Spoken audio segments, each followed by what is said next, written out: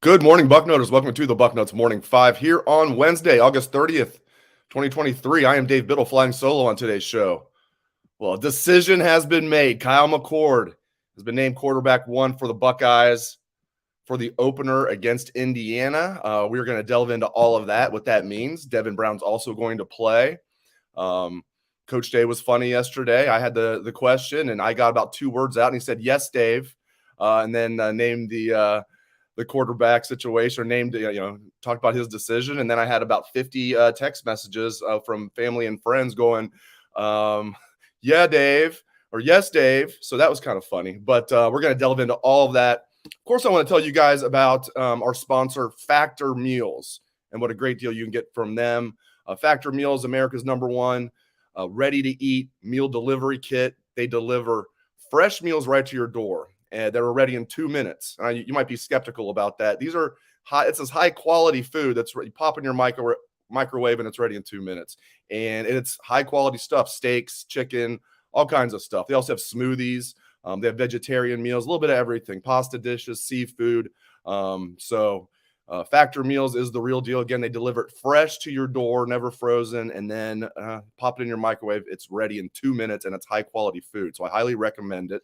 Because of the Bucknuts Morning 5, you guys can get a great deal. Head to factormeals.com/Bucknuts50. Use code Bucknuts50 to get 50% off. That's code Bucknuts50 at factormeals.com/Bucknuts50 to get 50% off. So there you go. Factor Meals, good stuff. All right, Kyle McCord, QB1. What does this mean? Well, I think, first of all, I think I completely believe Coach Day when he says this has been a very close battle. I do have, as you guys know, I have sources that have told me that Devin was finished a little bit ahead, but certainly not enough to, I don't mind Coach Day throwing a bone here if that's what it is. I think it's more than that, but I shouldn't. That's not a term. If I could redact that, it's more than throwing a bone because it's a very close competition. If you believe my sources, and if you don't, and you just think Kyle is ahead of Devin, either way, I'm hearing it's very close, but I'm told Devin's a little ahead. And I believe that just through what Coach Day said, if you read between the lines. I mean, if Kyle was the guy, it'd be very easy to say, Kyle's the guy. Was Devin going to play? Well, I'm not sure if Devin's going to play, but Kyle is definitely going to start. We don't know if Devin's going to play. I mean, it was like same breath. Kyle is going to start against Indiana. Devin will play meaningful reps. So it's interesting. And I think the Buckeyes, as you guys know, I think they can win big with both of these guys. I really do. I believe that. I think they can win big with either one of them. And this competition has made both of them better. Iron sharpens iron. It has gone, and my sources confirm this too. It has gone back and forth. Boom, boom, boom, boom, boom. I was just told at the end of, camp, Devin had a slight lead when they chart everything. So we're going to see how it plays out. And this is going to be fun. To me, this is, I don't look at this as a bad thing at all. It's fun. We're going to be able to see these guys settle it on the field. Now, everything that we don't see in practice is also going to be factored in. Ryan Day is obviously going to factor that in, and Coach Hartline and Corey Dennis and all the decision makers, even their support staff, guys like Joe Philbin, not that he's making the decision on the quarterback, but, Ryan Day's an excellent leader. And excellent leaders are not afraid to take, the temperature of the room and see what their lieutenants think. And I think he does that. Todd Fitch is another one that they lean on, an offensive analyst. So we'll see what happens, but it's going to be interesting. It might be as simple as, okay, this guy played way better against Indiana. And let's say they do the same thing against Youngstown State. You have 2 games of data. You have everything in practice. Okay, this is our guy going into Western Kentucky. Because I believe by week 3, you need to have your guy. Week 4 for sure, but the reason I say week 3, it's not because of Western Kentucky. It's because I don't want to go into the Notre Dame game with that being the first game where Ohio State knows who the guy is. And maybe they won't. Maybe it'll still be dead even. We're going to get to 2 quarterback system, and if that can work in a moment. Let's just get to that right now. Can a 2 quarterback system work? Yeah, it can work against Indiana and Youngstown State. It can work in the short term, okay? In my estimation, it cannot work long term, particularly this kind of 2 quarterback system that I think it's going to be, my guess is 3 days from now, which is fun to say. All the quarterback stuff has overshadowed the fact we're 3 days away from Buckeye football. But, yeah, I mean, so So we'll see. I think what's going to happen is they're going to rotate every other series. Not every other series. Each guy's going to play 2 series. So this is just my guess. Coach Day didn't say anything about this yesterday. He just said both guys Kyle's going to start. Devin's going to play meaningful reps. As you guys, I'm sure, all know that. My guess is it won't be an every other series thing. It'll be Kyle gets 2 series, Devin gets 2 series, and kind of play it from there, kind of see from there. Maybe for sure, then Kyle gets another 2, Devin gets another 2. So after they each get 4 series, you're embedded in the game at that point. You have a feel. We have a big lead. Both these guys playing well. Neither of them are playing well. This guy's playing well. This guy's not. It's a close game. Whatever at that point, you have a good feel for things. So I think that's how it's going to play out. And it's going to be fun to see how they're able to chart this. So, and determine who the long-term guy is. And I think we're going to get that by week 3, week 4 at the latest is my guess. And can a 2-quarterback system work? No, it cannot. When you have 2 guys that are this similar, again, it can work in the short term.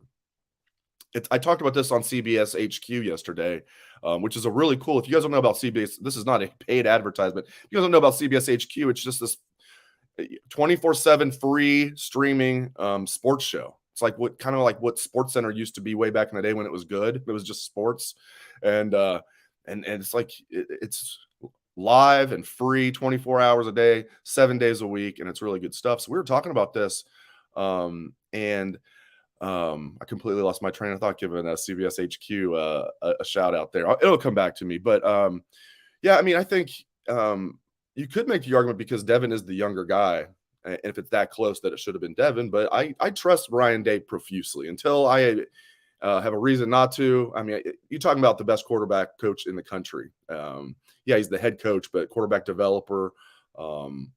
He just has a great eye for talent, and so. We'll see how it's going to play out. But, here's what I was going to say. So it's ironic because this is what I was going to say we talked about on HQ, because Ohio State might end up doing what Michigan did last year. As we all know, Cade McNamara started the season off as their starter. Then JJ started the second game. I'm not saying Devin's going to start the second game. Maybe he will. I doubt that. That doesn't seem like something Ryan Day would do. That was something quirky Jim Harbaugh did that I thought was weird at the time. The point of the matter is Cade McNamara started the first game, but JJ played. JJ McCarthy started the second game, but Cade played. Then they determined, well, JJ played better. He's our guy. And I think they felt that way anyway, but they wanted to kind of give Cade the first shot. I'm getting the same vibes here. Different because Cade McNamara was their starting quarterback the previous year. Kyle McCord was not Ohio State's starting quarterback. So it's not apples to apples, but I'm getting a little bit of that vibe. If you're in the camp that believes there's a chance that Devin Brown's going to be the long-term answer, I could see something like that playing out. Both these guys play a couple weeks. Kyle gets the start in both games, in my opinion, and then they'll pick a starter. So we'll see. A lot to unpack there. I think, I think they can win big with both of these guys. Congratulations on Kyle for, winning the job, and congratulations to Devin for knowing he's right there and he's going to play meaningful reps. And you got to give Devin a lot of credit. He's not a guy, and Kyle too. Both these guys have handled it first class young men. So I think the Buckeyes are in good hands for sure with these. I mean, they're definitely in good hands with Ryan Day coaching these guys. And but I think Buckeyes are in good hands with these guys. And yes, maybe I should have thrown Ryan Day a curveball, but I don't know. It was too serious of a topic. I was thinking in my head since he interrupted my question, which he is allowed to do. I was going to say, no, I was going to ask you, have you started scouting any 2027 quarterbacks from the Columbus area? Because I'm sure you know what I'm talking about there. RJ Day, freshman quarterback at Columbus DeSales, starting quarterback as a freshman. I was going to ask you about 2027 recruits from the Columbus area. Have you started you started scouting any of these quarterbacks, particularly at any like Catholic schools or anything like that? No, but I just let it slide. It was funny. That was funny. And then, yes, it's also funny when my phone blows up and I've got everybody being like, yes, Dave. So that was funny. So 3 days. Okay, let's switch gears. We've talked about quarterback. How are we not going to talk about quarterback? It's the most important position in all of sports. We say it's the most important position on a football field. It is, but to me, it's the most important position in sports, period, in team sports. Pitcher, I guess, in baseball in a big game, is just as important. But overall, it's quarterback. So, of course, we're going to talk ad nauseum about quarterback, but let's switch gears. 3 days away, Ohio Stadium West, Bloomington, Indiana. Memorial Stadium. Buckeyes favored by 30. Okay. And I want to see them go out there and impose their will, make a statement. Yeah, it's just Indiana, but like, Notre Dame got a lot of buzz, for beating Navy. And Indiana and Navy are supposed to be comparable this year. Well, I'm sure Indiana's better than Navy. Navy looked pretty darn bad. That didn't look like the typical Navy team. In their win over under for wins are the exact same, but that's because Indiana has a tougher schedule. Indiana's over under for wins is 3.5. So is Navy's. So there you go. But Indiana's a little better team than Navy. My point is Ohio State's favored by 30. I don't even care about the gambling aspect of it. Just go out there and just look like you're a national championship contender. Not like, oh, well, Marvin Harrison looks great, of course, and this guy looks good, but not sure about that. Not sure about the O-line or, man, the defense. All that hype in Indiana with this redshirt freshman quarterback did what? No, I want to see a domination, okay? A domination. Indiana is as green as you could possibly be. They have 25 transfers, my friend. 25. That includes JUCO transfers, but still. We've talked about it on the show. I mean, I'm repeating myself from previous shows, but 25 transfers. That's, my gosh. Only Deion Sanders is like, oh yeah, that's not enough. Everybody else is like, that's crazy. But 25 transfers, including JUCOs. So we'll see what happens. Maybe it'll work out. Maybe Indiana will be like a surprise team this year, like they were, 3 years ago. But I don't see it at all, unless they're a quarterback, like when that transferred in from Tennessee, the redshirt freshman. Unless he somehow is their new Michael Penix. I don't see it. All right, is the hype about Ohio State's defense real? Again, that's another thing. It better be. And we'll know. It's not that Indiana's good, but like, does Ohio State's defense go in there and dominate? Dominate against the run, dominate against the pass, show things they didn't show last year as far as really getting after the quarterback, corners actually getting interceptions, which was a foreign topic last year.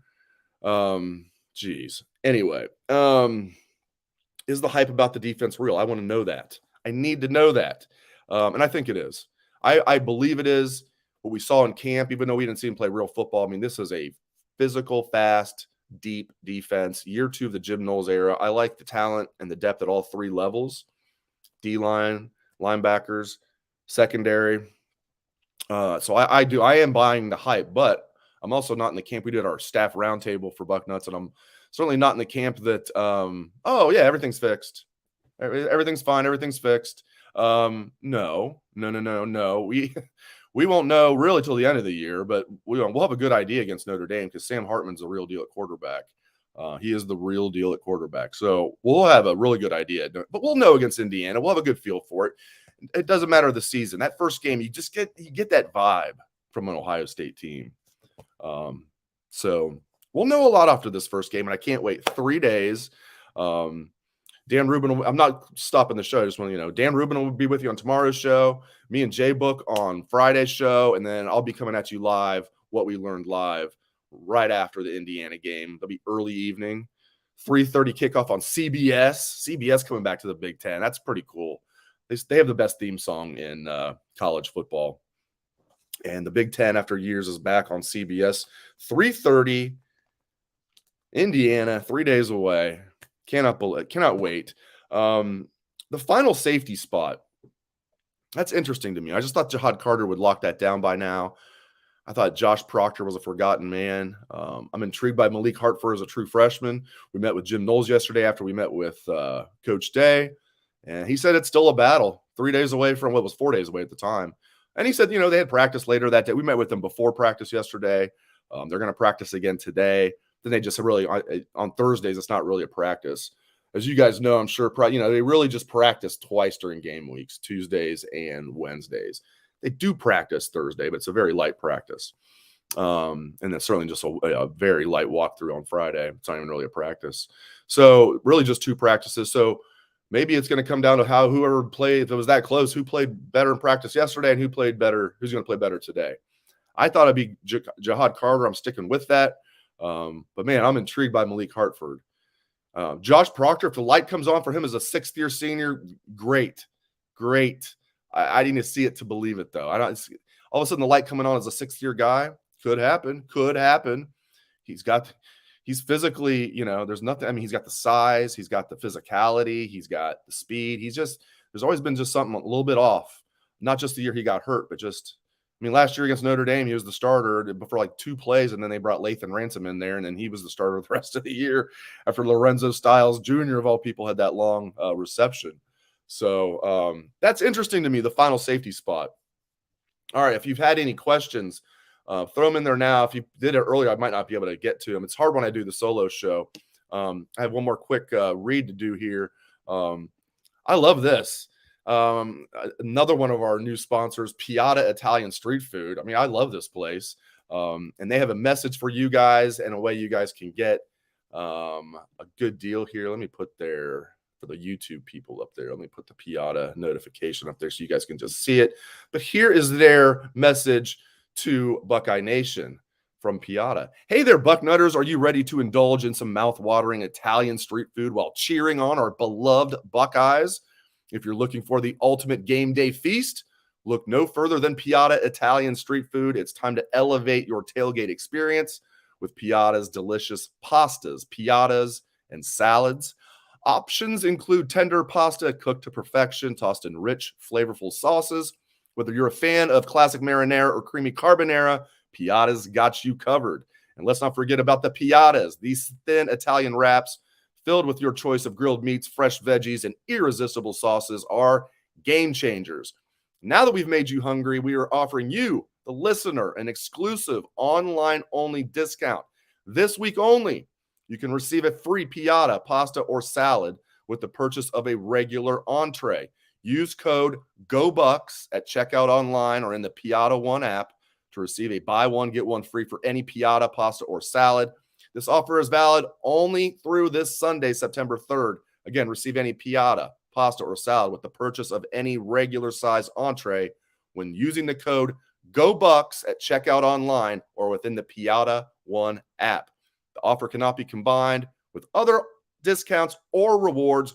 Go Bucks, go Piatta. All right, let's get to some questions. I'm sure you guys got a lot of them. See some, there we go.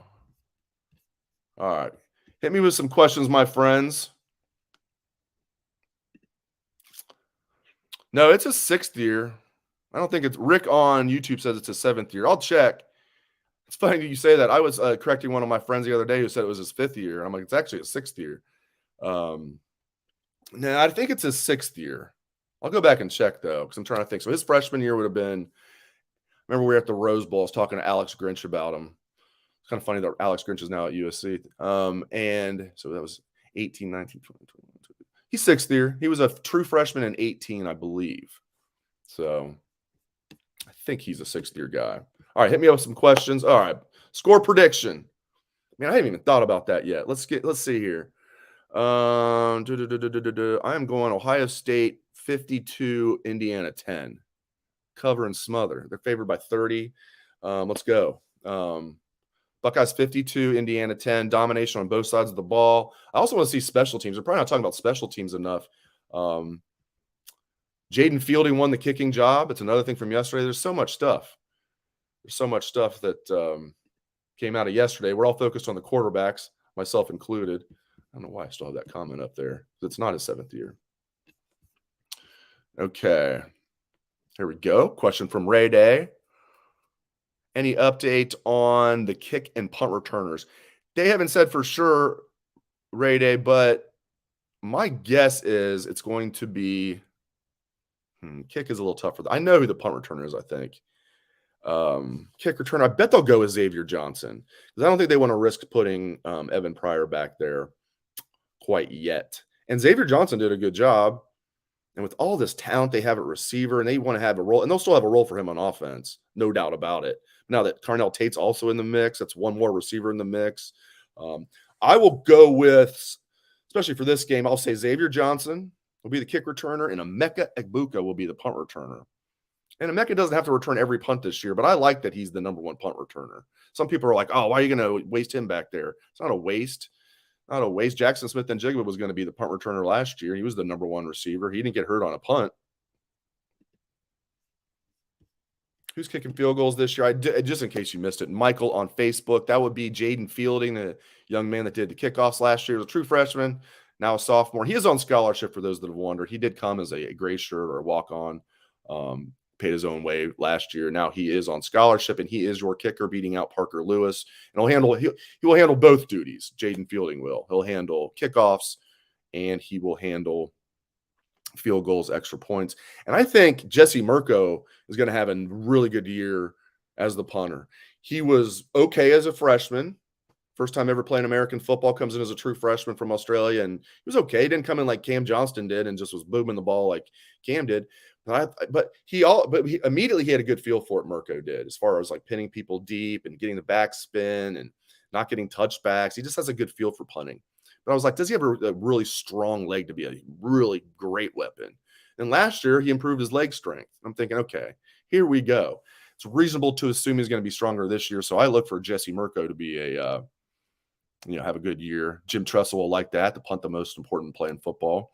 By the way, I'm going to close the show later with a shout out to a longtime Bucknutter, Greg Waldman, who's putting on this awesome event, this awesome charity event. This guy, Greg, is like one of the biggest Buckeye fans that I've met. And I don't say that lightly, because I've met many diehards, including many in my family, and many of you. When you say you're the biggest Buckeye fan, it's like, you better come strong, because there's like 5 million people that are like, I'm the biggest Buckeye fan. Like, anybody who's a diehard Buckeye fan thinks they're the biggest Buckeye fan, but Greg is the real deal, and he's putting on this really cool event. And Jim Tressel is going to be the headliner at this fundraiser he's doing. I'll tell you guys about it later, because it's 2 weeks from tomorrow in New York City, and it's a fundraiser. And this is not a paid advertisement for Greg. He's just a Bucknutter, and he's doing a really cool thing to raise money for Ohio State students. And Jim Tressel's going to be there. Nick Mangold's going to be there. Let's get to some more questions here. Number of sacks for the defense. Levi Smith on Facebook. Man, I hope it's interesting. I'm sure Indiana's going to try and get the ball out of there quick. That's what they've always tried to do. But I think they're going to get, I'll go 4. It might be a little optimistic, but I'll go 4. Stat line for McCord on Saturday. Randy from Facebook. I was kind of randomly seeing questions here. Randy from Facebook. Stat line for McCord. Jeez. That's interesting. Something like 14 of 20, 200 yards, 3 touchdowns, hopefully no interceptions. Something like that. I expect similar stats from maybe Kyle have a little bit better passing stats. We'll see. Devin will have better rushing stats. But I think both guys can run. Kyle's no statue, and he also is tough. He's not afraid to put his head down. So I know McCord will get some rushing yards as well. Oh, JVM is taking the over on 4 sacks. I like that. All right. Keep hitting me up with some questions, my friends. Jesse on Facebook. Facebook very, very inquisitive today on the Bucknuts Morning 5. I like it. Jesse, what is the feeling on the cornerback position this year? Hopefully improved, as it is much needed. I am very bullish on the corner position, Jesse. I've been saying this, and it just keeps getting bolstered by everything that I've seen and heard during practices. I like this group coming into camp. They've got a top 3 that is a big problem for other teams, in my opinion, because Denzel Burke now looks like the guy we thought he'd look like after he played really well as a true freshman until he hurt his shoulder real late in the season, and then didn't play well last year and was banged up. But then he's had a phenomenal offseason. The coaches have said, and you can see it, he looks like that's going to be your lockdown corner. It's his money year. I think he's going to be a first-round pick, late first round, or maybe not late, but I don't think he's going to be like a top 10 pick, but I think he will be the latest Buckeye, to have a great junior year at corner and be a first-round pick. I also love Davis Igbinosun and Jordan Hancock. There's been talk they could put Hancock in there at slot sometimes, because Sonny is technically the slot, but he's really like Sonny Styles. That's what he is. He's not – can't really pin him down. He's not a slot safety. Tanner McAllister was a starting slot safety last year at like 195 pounds dripping wet. Sonny's out there at 6'4", 230. He's a safety, linebacker, D-end, everything. Sonny Styles it's the Sonny Styles position. But when they need a true slot, they can use Cam Martinez, but I think they prefer to use, maybe a Jordan Hancock, Jair Brown, somebody like that. But I love that top 3 to answer your question. I love the top 3 of Burke, Igbinosun, and Hancock. And then you got Jair Brown behind them. You know, it's a really good group in my estimation. Ooh, Buckeye 80 on the YouTube. Do we see a freshman start at wideout this year with the talent? Woo! I'll say yes. If you're going to say one game, I'll say Carnell Tate starts one game, either just because he ends up beating out Julian Fleming or somebody's banged up. Hopefully, if it's somebody banged up, it's like somebody just needs like one game off, you know? Yeah, I'll say if you're giving me the over-under of 0.5 starts for Carnell Tate this year, I'll take the over. I will take the over. I know you said freshmen in general. I mean, I like Brandon Ennis. I like all four of them. We don't talk about Bryson Rogers enough. We don't talk about Noah Rogers enough. We talk a decent amount about Brandon Ennis. I love all four of them. Ennis will play. I'm not sure how much the other two will play, even though I said we don't talk about them enough. But Tate's the one that I think has a really good chance to usurp Fleming for that third spot. For Hartline to come out and say that Tate's definitely going to play meaningful reps speaks volumes, because what have we seen in the past? They just don't play true freshman receivers very much. Garrett Wilson played the most. Chris Olave didn't really play till the end of his freshman year, but he wasn't a big-time recruit. That was so fun seeing Chris Olave break out against Michigan. He even had a block punt that game. It's hilarious. 2 touchdowns and a block punt. Hilarious. He'd barely done anything all year, and against Michigan, Ohio State being underdogs in their own house in that 2018 game. That was so much fun. Marvin Harrison Jr. is my go-to example. 2 years ago, there's no doubt in my mind he was ready. We saw it in the Rose Bowl. He was ready as a true freshman, and he couldn't get on the field. But he had 3 first-round guys ahead of him. 2 guys that sat out that game, which is why he got a chance in the Rose Bowl. But he had 3 first-round guys ahead of him with Garrett Wilson, Chris Olave, and Jackson Smith and Jigba, whereas Carnell Tate only has 2 first-round guys ahead of him with Marvin Harrison Jr. and Emeka Egbuka. So that's why, and this is nothing against Julian Fleming, who I think is really good, had a really good year last year. This is just Carnell Tate's the real deal. Is the real deal. All right, before I forget, I wasn't going to forget. My friend and Greg Waldman has been a Bucknutter, a subscriber to Bucknuts, and a listener of what used to be Front Row Radio and now the Bucknuts Morning 5 for, since we've had them, for over 20 years. Our site began in 1999. We started doing Front Row Radio a little after that. And then eventually this morphed into the Bucknuts Morning 5. We were doing podcasts before we knew we should call them podcasts. We just called them online radio. So Bucknutter Greg Waldman is hosting this awesome charity event. It's at this scenic golf course on Long Island, and Jim Tressel is going to be the special guest. Nick Mangold's going to be there. There's going to be other former Buckeyes that are there. I'm not going to go through the whole list because I don't want to screw up and have Greg get mad at me that I said someone's going to be there who's not. But I know Jim Tressel and his wife Ellen are going to be there as the headliners, and Nick Mangold's going to be there. And this is an event that's going to benefit Ohio State students from the New York City area. Contact Greg if you want to help out with this. If you want to play in the event, they still have spots open. 2 weeks from tomorrow, so September 14th, 2023, at the Sea Wayne Club, a very scenic and iconic Sea Wayne Country Club on Long Island. 614-292-2281. There you say, and you can see there, if you're watching on YouTube, you can get on the NYC Alumni Club page. And it's this, you can see it's through Ohio State. I mean, this is the real deal. This is, you can see that osu.edu. This is through Ohio State. This is not a paid advertisement. I just think this is a really cool thing. Greg's doing this on his own time to help Ohio State students out from the New York City area. And our guy, Jim Tressel, is going to be there. So again, if you want to help out, give Greg a call. 614-292-2281, 614-292-2281. The event is 2 weeks from tomorrow, and there's still spots available. They're also going to have some racket stuff, like racket sports like tennis and paddleball and pickleball. You can get into stuff like that. You can donate. You can play in the event. They got a nice dinner, cocktail reception, all that good stuff. Give my guy Greg a call, 614-292-2281. Again, this is hosted by the New York City Alumni Club, Ohio State Alumni Club of New York City. Just some more questions to finish the show out. But yeah, support my guy Greg, who is a great Buckeye fan and is just doing this out of the goodness of his heart. He said it's time to give back, and that's what he's trying to do. Who's my pick for the new AD? It would be, but there's no – okay, I I should probably actually read the question for the people that are just listening on our podcast only version. Randy on Facebook, who is my pick to be the new AD? Is it Jim Tressel? That's who I would love, but that's not feasible. There's no way that's going to happen. As much as I'd like to tell you it would, there's no way it will. There's no way it will, but I would love for that to be the case, but I don't expect it to be Jim Tressel.